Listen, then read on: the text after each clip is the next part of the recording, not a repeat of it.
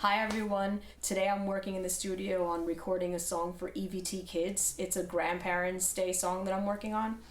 So I'm using a Yamaha arranger keyboard. It's called a PSR-SX600. First thing I did was I found a style that I wanted to use for the song. This is the style that I chose.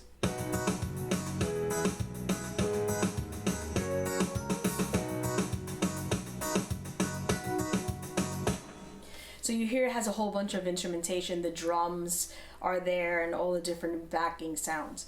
So what I did was I have the song structured already with all the chords that I figured out. And before I recorded, I went into the mixer that's inside of this keyboard and I eliminated the bass because the bass is going to be played by Tom, so I don't want the bass there.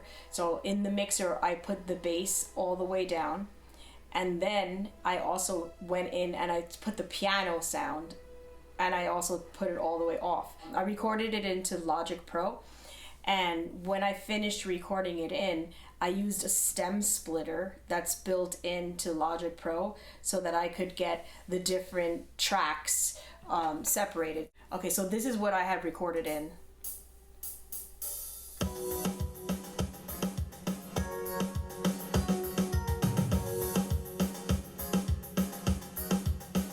I recorded it into Logic Pro without the bass and without the piano, and then I used the stem splitter that's built into Logic Pro to separate all the different sounds. So now I have the drums. So I have now a drum track sequenced for the entire song, which is awesome. And then the next thing that I was doing is I was listening to the different sounds that recorded from here.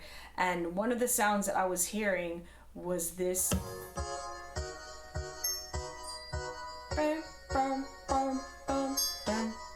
So that sounds like a keyboard sound that's sounding like kind of like a guitar. So then what I did was I got my guitar, one of my guitars, this guitar, and I just ran it into Logic Pro and I recorded the same kind of part. I changed it a little bit, but I pretty much followed how it was on there. And then you'll hear how I record, what it sounds like with the guitar that I recorded in. See?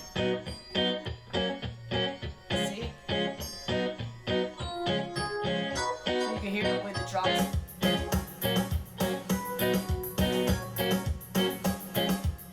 So now I already have a drum track that follows straight through for the entire song sequence. I played the guitar throughout. Next, I'm going to play some keyboard parts, so to replace the keyboard parts that are recorded here. Yes.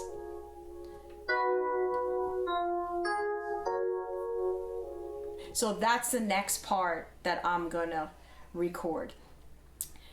Something similar to that. I'm gonna probably change it up. I'm gonna find what sound I want. I'll probably use my Nord. I have a Nord keyboard over here, a Nord Wave 2. So I'm gonna use that to record that sound. I'm gonna find like a cool sound that will fit. So that's what I'm up to right now. And then after I do that, I pretty much will get Tom to add the bass. I'll sing. And then I'm going to get Elise and Elena, my daughters, they're going to sing on it as well. So this is where I'm at right now. It's going pretty cool so far. See you soon, next video. Alright, so now I'm going to show you some of these plugins that I was talking about earlier in the video. So if we have the entire drum track from the keyboard playing, you hear everything.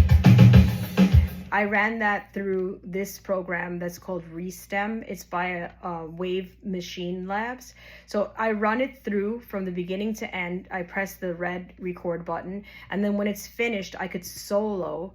So whichever track. So this one's, let's say, the bass, the kick drum, right? So you hear the kick drum, and then if I soloed snare,